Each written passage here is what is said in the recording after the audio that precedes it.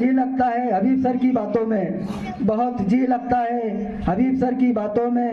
آپ اپنی ذات میں ایک انجمن ہے تو آپ شمع جس پر فخر انجمن کرے، خدائے پاک حبیب سر کی عمر کو دراز کرے۔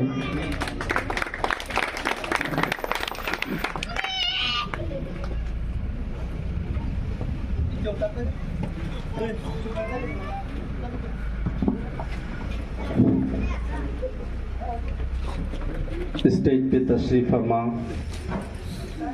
معزز حضرات،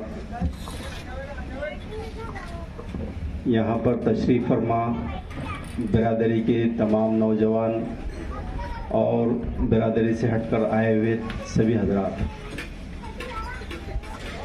آج ریٹائرمنٹ ہوا ہے میرا، لیکن یہ تو دنیائی غرض سے ریٹائرمنٹ ہوا ہے۔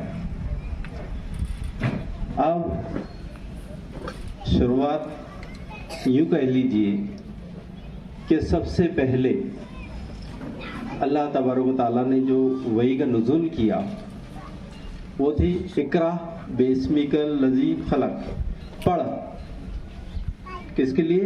آپ صلی اللہ علیہ وسلم پہ وحی نازل ہوئی اور وہاں پر ہدایت ملی اللہ کی طرف سے کہ پڑھ اپنے رب کے نام سے، یعنی پڑھنے پہ توجہ دی گئی۔ اس زمانے میں جو زمانہ شروع ہوا تھا وہاں سے تعلیم کی طرف توجہ دی گئی، اور آج ہم بے بہرا بیٹھے ہیں، ہم کو یہ خبر نہیں کہ تعلیم کی اہمیت کیا ہوتی ہے۔ تعلیم انسان کو ایک انسان بناتی ہے، اور ایک پتھر کو سڑول کر ایک مورتی بنائی جاتی ہے۔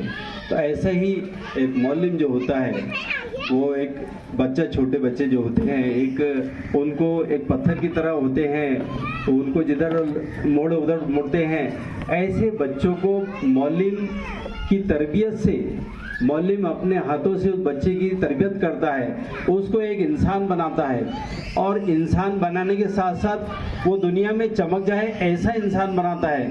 تو اب یہاں پر ہمارا سلور شہر، یہاں پر اور ہماری خاص طور سے برادری کے احباب اپنے بچوں کے اوپر ایسی توجہ دے کہ یہاں کا بچہ جو ہے تو ایک کورٹ کا جج ہونا چاہیے، یہاں کا بچہ کمشنر ہونا چاہیے، یہاں کا بچہ کلیکٹر ہونا چاہیے۔ ہم اگر کوشش کریں، کوششیں کامیابی کی کنجی ہوتی ہے۔